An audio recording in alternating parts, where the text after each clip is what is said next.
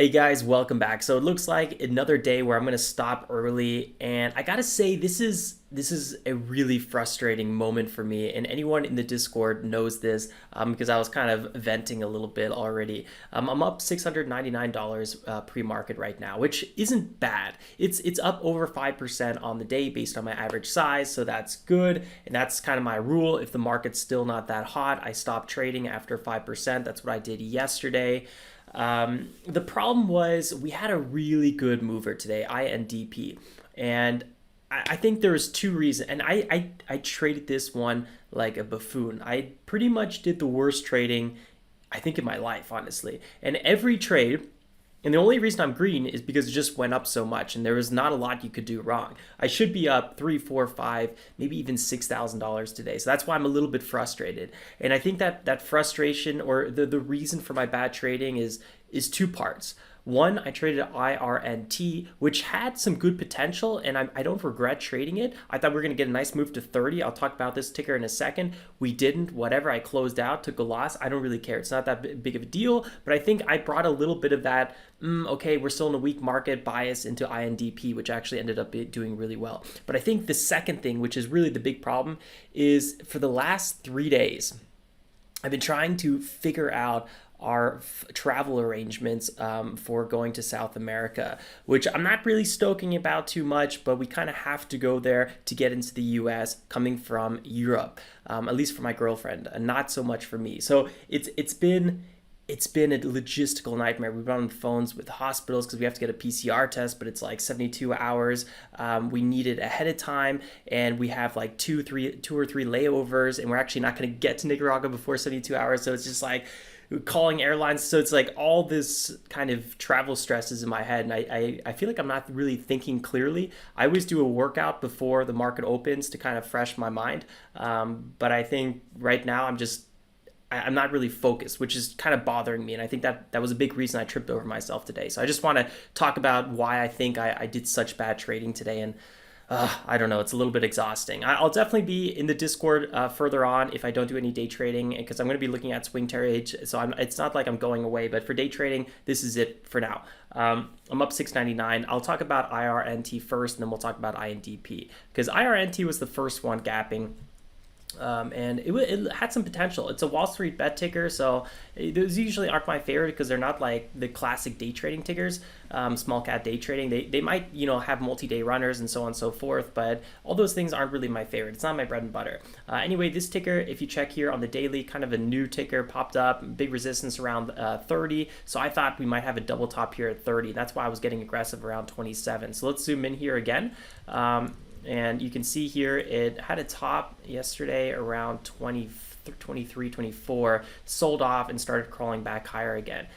Pulled back and then started ripping again. Now, there was big resistance at 28, but also big resistance at 30. So I thought 28 was going to be kind of a support zone as we were kind of breaking into this 30 zone. And I wanted to buy in this support and keep that rip here for this last move. This could have been a really solid move here. Unfortunately, this one didn't work. It kept dying off, and once it was on the backside, I was no longer interested to trade it. It was that simple. I moved on. But I was like, okay, well, now I'm already down like $300, $400. Let me be a little bit careful. And then INDP popped up, and I was just like, I don't think I was maybe ready for it. Actually, a huge support right here. This could be a nice little bounce. Let's see what happens. But yeah, this one popped up really fast, and next pop here, and held its highs. And I was like, okay, we got another ticker here. Let me do a starter size. Unfortunately, I think I got shaken out on this one because volume really died, and it was good. I took a small loss on this one. I was down like $15 or so. But this was like a 40% pop. So finally we had a ticker that was over 40%. So I was kind of, excited about it. Let me quickly go to the daily chart and show you also a little bit of the long term on this one. Because if we just zoom in here, this ticker is kind of nasty. But what I did like was the fact that we had that upside till about $13.5 and $15 before the big 180-day simple moving average kicked in, which means, we're crawling in this $10 area, and we had that, 40% potential move till about $15. So I liked what I was seeing here. Market cap 38 million, really nice low market cap. To 5.4 million shares outstanding, nice low float. Everything is looking good. Looks like a biotech company here with some COVID collaboration news. Anyway, I was like, okay, a nice catalyst, a small cap.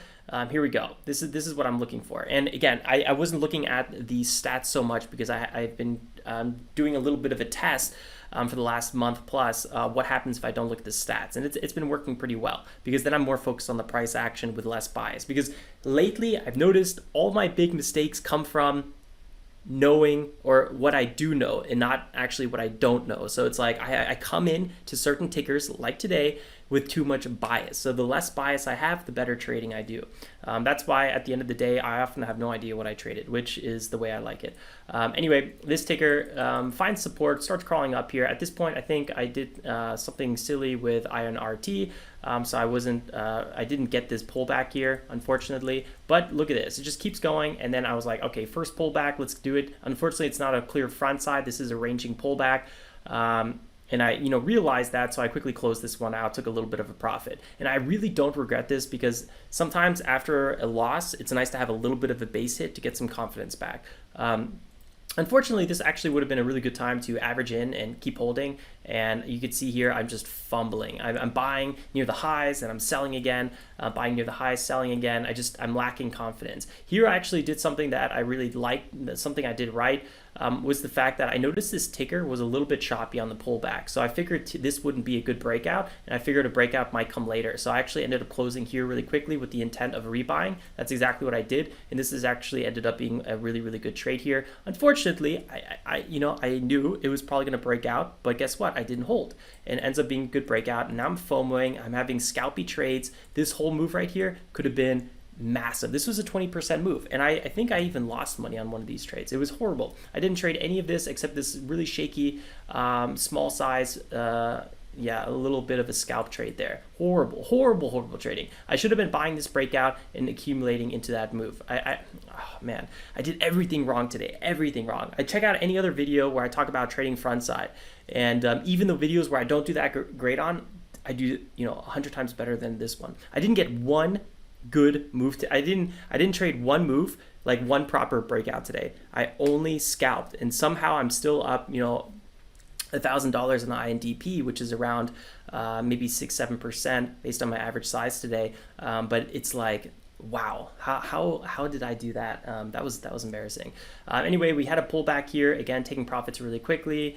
Then it starts breaking out again when I should be accumulating, and I'm just buying near the highs, selling again, buying near the highs, selling again. I'm like lacking confidence. Again, it's a little bit of that cloudy mind I've been having. I brought some of the irrationality in from IRNT, and then also with, I think, the trading stress the traveling stress in my head right now wasn't really healthy. Again, we had a little bit of a high move here, and I don't know, I'm just shaky. I bought near the highs, accumulated a little bit more. I closed out here, breaks higher. I buy that breakout near the highs and I sell again. It's just like there's no rhyme or reason to my trading at this point. And I kind of feel like, I'm like too much in the trenches and I just need to take a step back. And that's what I didn't do today. That was really my big mistake, just not breathing and seeing what is the overall trend here. Now what I did do right is realize there's big resistance at 13.5, so I did give it a few more attempts here, but eventually when this one failed, I wasn't buying this pullback anymore because you could really feel the sellers. I was a little bit upset because I thought we might get that pump to 13.5. We'll see what happens. Look at this, we were talking about big support here and it did have a perfect bounce off this area, so that's pretty nice. That was a 6% bounce. And again, I have this rule right now where I'm up over 5% and there's nothing really worth trading or sticking around. I'm going to wrap up. And I think if we start seeing a few more days, even if it's just like 2 or 3 days a week where we have tickers over 40%, I'm going to start trading longer again. But until we start seeing that, I'm going to start, still walk away because it's so easy to start giving back profits. I could have easily given back profits all in this area. So I don't regret walking away early today. What I regret is really just I don't know how sloppy I traded today, which I guess you can't really regret that. It's just like you try to figure out why it happened, and then in the future you try to reduce that as much as possible. So for me, if I realize I'm a little stressed or something like that, either don't trade or just be very, very mindful of that. And sometimes all it is about being mindful is you can feel the emotions coming up and then realize it and then sometimes address it.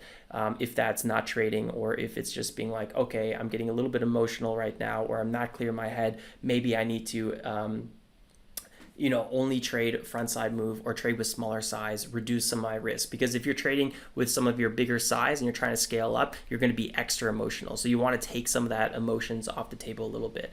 I know if you're probably new here, you're probably thinking, Alex, how are you talking about so much about emotions and psychology instead of price action and strategy? And honestly, the trading part's easy, right? Anyone could just buy and hold this, but it's all the psychology behind there. And if you're a full-time day trader like I am, then a lot of times really the trading isn't really the hard part. It's more like you are your own worst enemy sometimes, and that's really the case today. So at least I'm happy I could share that with you guys. I'll definitely be chilling in the Discord longer and be looking for some swing trades. We'll see if we find anything with the market. I know BBIG just sold off a ton. That could be a potential entry. We'll see what happens. But yeah, guys, thanks for tuning in. Don't forget to drop a like on the way out. I really do appreciate that. Consider subscribing if you do. And like always, guys, stay safe, make some awesome trades. I'll see you first thing tomorrow morning. Ciao, ciao.